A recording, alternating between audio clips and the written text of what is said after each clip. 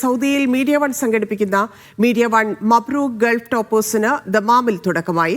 10-12 ക്ലാസുകളിലെ പരീക്ഷകളിൽ 90% മാർക്ക് വാങ്ങിയ വിദ്യാർത്ഥികളെയാണ് രക്ഷിതാക്കളുടെയും പ്രമുഖരുടെയും സാന്നിധ്യത്തിൽ ആദരിക്കുന്നത്.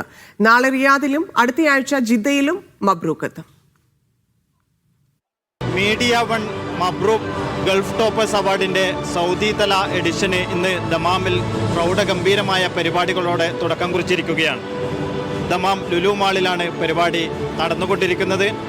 കിഴക്കൻ പ്രവിശ്യയിലെ വ്യത്യസ്ത സ്കൂളുകളിൽ നിന്നും 10-12 ക്ലാസുകളിൽ ഉന്നത മാർക്ക് നേടി വിജയം കരസ്ഥമാക്കിയ വിദ്യാർത്ഥികളെയാണ് പരിപാടിയിൽ ആദരിക്കുന്നത്. രക്ഷിതാക്കളുടെയും അധ്യാപകരുടെയും പൗരസമൂഹത്തിൻ്റെയും സാന്നിധ്യത്തിലാണ് ആദരിക്കൽ ചടങ്ങ് നടന്നുകൊണ്ടിരിക്കുന്നത്. പരിപാടികൾക്ക് ഏതാനും നിമിഷങ്ങൾക്ക് മുമ്പ് തുടക്കം കുറിച്ചു കഴിഞ്ഞു.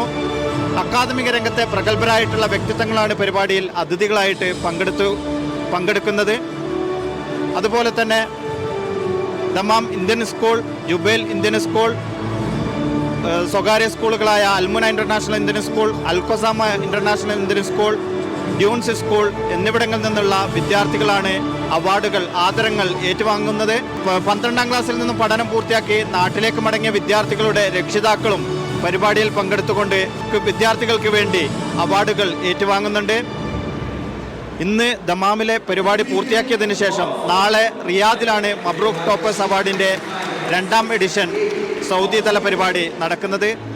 റിയാദ് അൽമലസ് ലുലുവിൽ വെച്ചാണ് വൈകിട്ട് 6 മണിയോടുകൂടി പരിപാടി ആരംഭിക്കുക.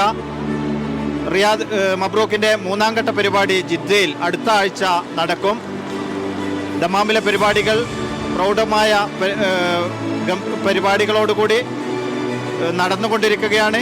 രജിസ്ട്രേഷൻ പൂർത്തിയാക്കി വിദ്യാർത്ഥികളും രക്ഷിതാക്കളുമൊക്കെ വേദിയിലേക്ക് കടന്നിരിക്കുകയും അവാർഡ് ആദരം വിതരണം ചെയ്ത് തുടങ്ങുകയും ചെയ്തിട്ടുണ്ട്.